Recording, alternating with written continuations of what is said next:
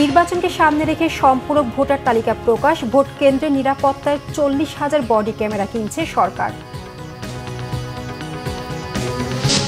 কাল মালয়েশিয়া যাচ্ছেন প্রধান উপদেষ্টা আনোয়ার ইব্রাহিমের সাথে বৈঠক মঙ্গলবার, সই হতে পারে কয়েকটি সমঝোতা স্মারক।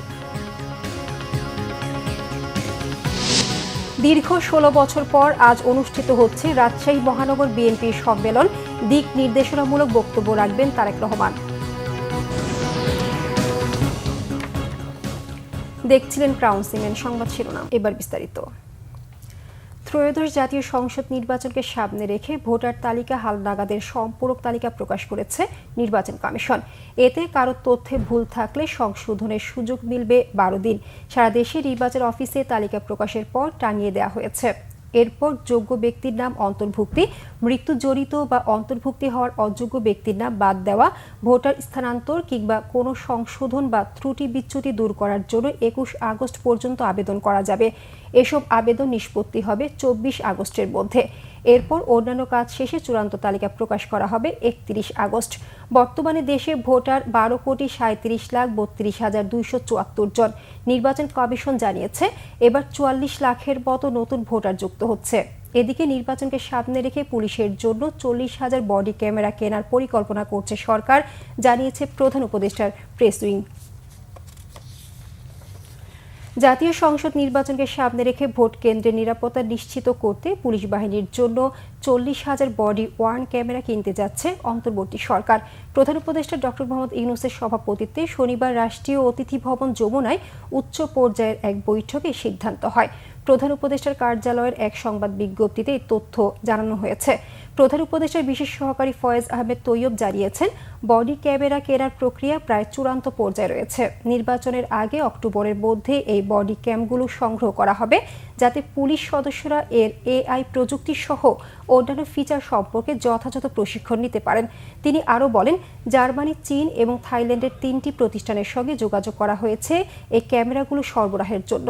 নির্বাচনের দায়িত্বে পুলিশ সদস্যদের বুকে লাগানো অবস্থায় এই ডিভাইসগুলো ব্যবহৃত হবে।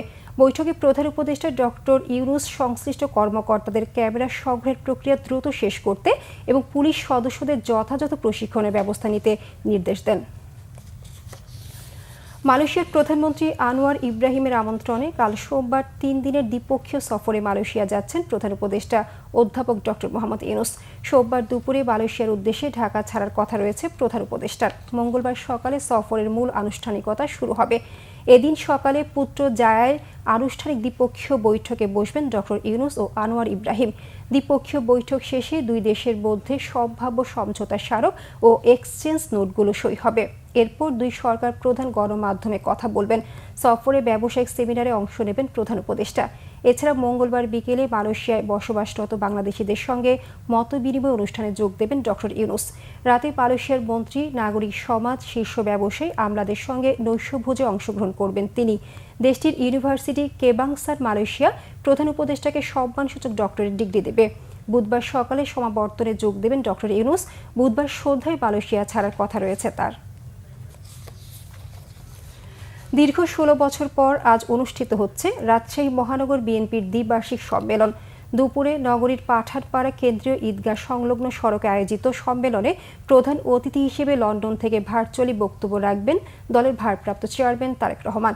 অতিথি হিসেবে উপস্থিত থাকবেন বিএনপি চেয়ারপারসন উপদেষ্টা মিজানুর রহমান মিনু ও আব্দুস সালাম, কেন্দ্রীয় বিএনপির বন ও পরিবেশ বিষয়ক সম্পাদক মোসাদ্দেক হোসেন বুলবুল।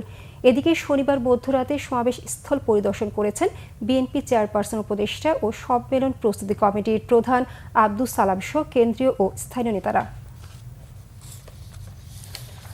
কক্সবাজার সমুদ্র সৈকত বিশ্বের দীর্ঘতম সৈকত হলেও ব্যবস্থাপনা নিয়ে রয়েছে নানা অভিযোগ। সৈকতের একাধিক স্থান দিয়ে হোটেল ও মোটেলগুলোর মলমূত্র সাগরে ফেলায় দূষিত হচ্ছে পানি। সৈকত ব্যবস্থাপনায় প্রশাসনের নির্ধারিত কমিটি থাকলেও এর নেই কোনো কার্যক্রম। কক্সবাজার প্রতিনিধি মুর্শিদুর রহমান খোকনের পাঠানো তথ্য ছবিতে 4 পর্বের ধারাবাহিক প্রতিবেদনের আজ দেখুন প্রথম পর্ব।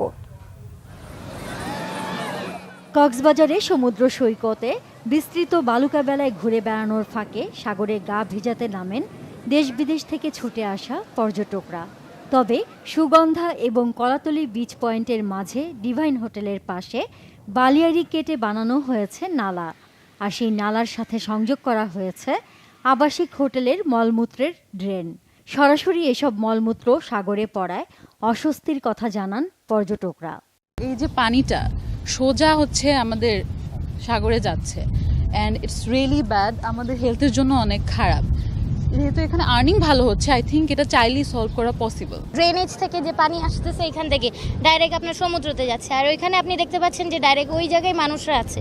এইখানে তো দেখতেছি আরো মানুষ ময়লা টলা ফেলে পলিথিন দিয়ে আরো দিন যতদিন যাচ্ছে ততদিন কক্সবাজার আরো নোংরা হইতেছে। যে ড্রেনেজ সিস্টেম দেখছি এটা নিশ্চয়ই কোনো হোটেল এবং আবাসিক বিভিন্ন জোন থেকে এই মলের পানিটা এখানে এসে সমুদ্রে চলে যাচ্ছে। এই ঘটনায় প্রশাসনকেই দুষছেন নাগরিক ফোরামের এই নেতা।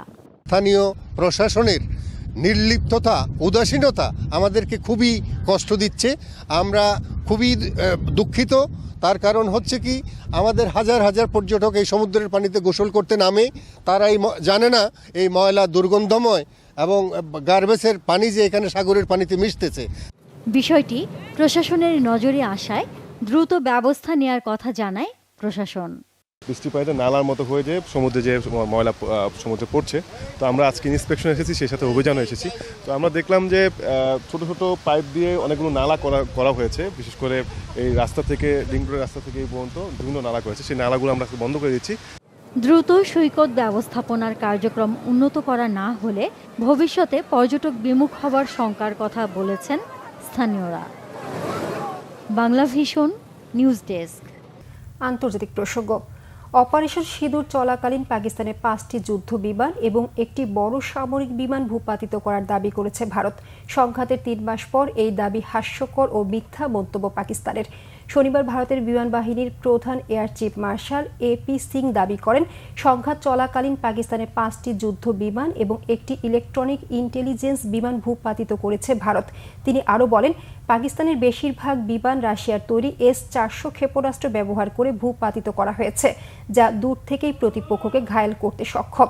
এর প্রমাণ হিসেবে ইলেকট্রনিক ট্র্যাকিংয়ের ডেটা উপস্থাপন করেছেন এপি সিং, যা উড়োজাহাজের অবস্থান, গতিপথ জানতে সাহায্য করে। তবে ভূপাতিত যুদ্ধ বিমানগুলোর ধরন নিয়ে কিছু জানাননি তিনি। ভারতের এই দাবি মিথ্যা ও হাস্যকর বলেছেন পাকিস্তানের প্রতিরক্ষা মন্ত্রী খাজা মোহাম্মদ আসিফ। নিজ এক্স হ্যান্ডেলে তিনি লেখেন, সংঘর্ষ শেষ হওয়ার 3 মাস পর হঠাৎ করা এ দাবি অবিশ্বাস্য ও অযৌক্তিক। ভারতের সামরিক নেতৃত্বের সমালোচনাও করেন তিনি। পাকিস্তানের একটি বিমানও ভূপাতিত হয়নি দাবি করে পাল্টা ভারতের 6টি যুদ্ধ বিমান ভূপাতিতের দাবি করেছেন পাক প্রতিরক্ষামন্ত্রী। এই ছিল এখনকার মতো। পরের সংবাদ দুপুর 2টায়। এর আগে একটা রয়েছে নিউজ টপ 10 দেখার আমন্ত্রণ রইল। এছাড়া বাংলা ভিশন সংবাদ ও সংবাদ সংশ্লিষ্ট অনুষ্ঠান দেখতে ভিজিট করুন www.bvnews24.com ও facebook.com/banglavishnewsে এবং সাবস্ক্রাইব করুন youtube.com/banglavishnnews। ধন্যবাদ সবাইকে।